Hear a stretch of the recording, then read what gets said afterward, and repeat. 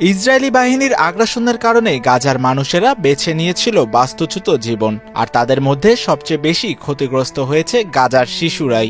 সাম্প্রতিক গবেষণায় দেখা যায় ৬ বছরের কম বয়সী প্রায় ৫৫,০০০ শিশু মারাত্মক পুষ্টিহীনতায় ভুগছে। এর মধ্যে ১২,০০০-এর বেশি শিশুর অবস্থা গুরুতর, যা দীর্ঘস্থায়ী শারীরিক প্রতিবন্ধকতার কারণ হয়ে দাঁড়াতে পারে।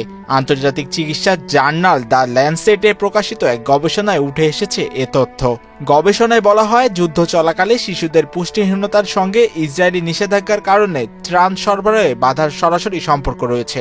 গাজায় ২০২৪ সালের জানুয়ারি থেকে ২০২৫ সালের আগস্ট পর্যন্ত ৬ মাস থেকে ৫ বছর বয়সী ২,২০,০০০ শিশুর বাহুর পরিধি মেপে তথ্য সংগ্রহ করা হয়।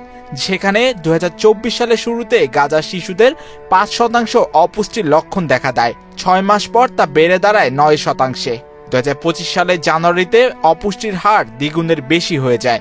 গবেষণা অনুযায়ী বর্তমান অবস্থায় গাজায় প্রায় ৫৫,০০০ শিশুর জরুরি পুষ্টি ও চিকিৎসা সহায়তা প্রয়োজন বলে মনে করছেন বিশিষ্ট পুষ্টিবিদরা।